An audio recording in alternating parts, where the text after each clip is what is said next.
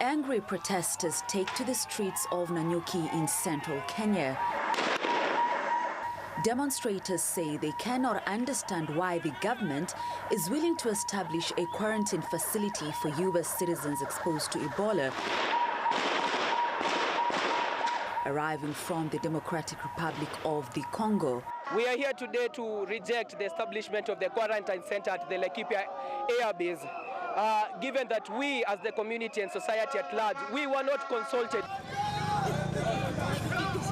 There are fears that the disease could enter the country that has never recorded any cases of Ebola, but the government insists the initiative must move forward. We agreed to set up, in conjunction with the Americans, in one of our military air bases. And why have we done that?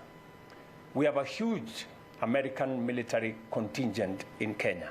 Satellite imagery indicates construction of the 50-bed isolation unit at Laikipia Air Base is progressing rapidly, despite a court order suspending the project. U.S. military aircraft have also reportedly transported personnel and equipment to the site. It would be most unfortunate if, on one request by the Americans to set up a facility at their cost, we would refuse. Initially, a U.S.-Kenya health cooperation agreement was signed in December, but then later suspended by a Kenyan court over data privacy issues. But for many, fears of what infected patients could bring is making this type of collaboration unacceptable.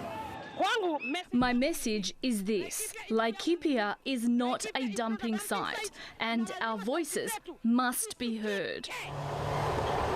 The World Health Organization has declared the Ebola outbreak in the DRC an international health emergency, with more than 500 cases reported. Neighboring Uganda has recorded more than a dozen confirmed cases. Protesters in Kenya argue that both Washington and Nairobi are exposing the country to unnecessary health risks by proceeding with the facility. Grace Kuria Kanja, TRT World.